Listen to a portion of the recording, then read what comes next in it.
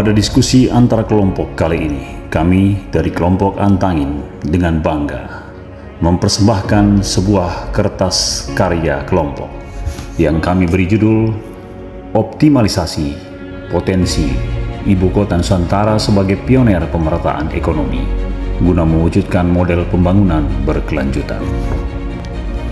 Ibu Kota Nusantara merupakan pusat utama keberadaan sebuah negara yang mempengaruhi semua aspek kehidupan bangsa.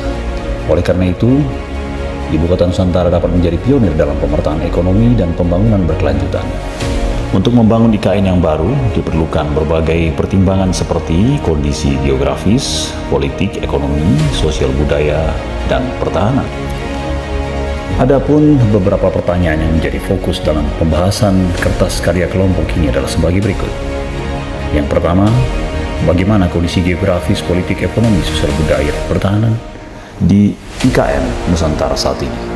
Yang kedua, bagaimana pertimbangan IKN sebagai pionir pemerataan ekonomi memberi ruang bagi para pelaku dunia usaha untuk lebih memanfaatkan ibu kota yang baru.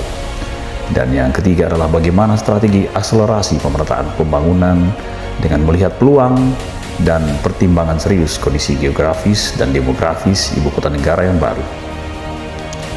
Adapun peraturan perundang-undangan yang kami gunakan dalam tulisan ini diantaranya adalah Undang-Undang Dasar Negara Republik Indonesia tahun 1945, terutama pada pasal 33 yang menyatakan bahwa ekonomi nasional disusun sebagai usaha bersama berdasarkan atas azas kekeluargaan.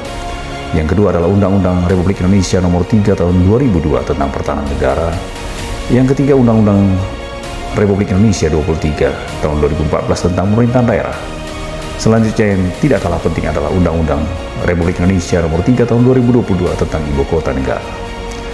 Adapun beberapa data dan fakta yang kami ambil diantaranya tentang sumber kekayaan alam yang melimpah di Kalimantan Timur sebagai calon ibu kota negara yang baru, infrastruktur yang memadai, kawasan industri yang berkembang pesat, potensi pariwisata yang belum dimanfaatkan secara optimal.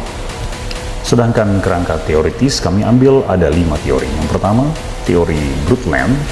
Teori ini ditulis pada tahun 1987 yang menegaskan bahwa pembangunan berkelanjutan adalah pembangunan yang memenuhi kebutuhan saat ini tanpa mengorbankan kemampuan generasi mendatang untuk memenuhi kebutuhan mereka sendiri. Yang kedua kami ambil adalah teori pertumbuhan ekonomi endogen. Ini ditulis oleh Paul Romer pada tahun 1986 dan kemudian dikembangkan oleh Robert Lucas Jr. dan Edward Scott. Teori ini mengatakan bahwa pemerataan ekonomi dapat dicapai melalui pembangunan ekonomi yang berkelanjutan dan inovasi teknologi. Selanjutnya ada 3 teori lagi, yaitu teori pertumbuhan ekonomi dan pemerataan, teori pembangunan berkelanjutan, dan terakhir kami gunakan adalah teori inklusi digital. Adapun lingkungan strategis yang berpengaruh diawali dari pengaruh perkembangan global, diawali dari perubahan iklim, kebijakan perdagangan global, perkembangan teknologi, pandemi dan kesehatan global.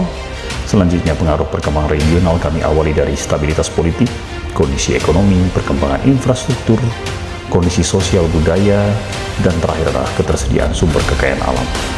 Dan yang tak kalah penting adalah pengaruh perkembangan nasional. Kami membahasnya dalam seluruh aspek astragatra, diawali dari geografis, demografi, sumber kekayaan alam, ideologi politik, ekonomi, sosial budaya, dan pertahanan keamanan. Kami ambil dari sisi peluangnya bagaimana dan kendalanya bagaimana. Kalau kita lihat dari sisi peluang, maka pada skala lingkungan strategis global dapat kita ambil dari diversifikasi ekonomi, investasi dalam teknologi, dan meningkatkan kesejahteraan masyarakat. Sedangkan pada lingkungan strategis regional, maka peluang kita diantaranya adalah pengembangan infrastruktur, pengembangan sektor pariwisata, pengembangan sektor pertanian, pengembangan sektor energi, dan pemerataan ekonomi. Dan yang terakhir adalah pada lingkungan strategis nasional, maka peluang kita diantaranya adalah pengembangan sektor industri ramah lingkungan, pengembangan sektor pariwisata, pengembangan sektor pertanian dan perikanan, dan yang terakhir adalah investasi dalam infrastruktur yang berkelanjutan. Dan hadirin sekalian yang terhormat, kita sambut bersama pemaparan kami di bab 3, yakni pembahasan. Selamat mengikuti.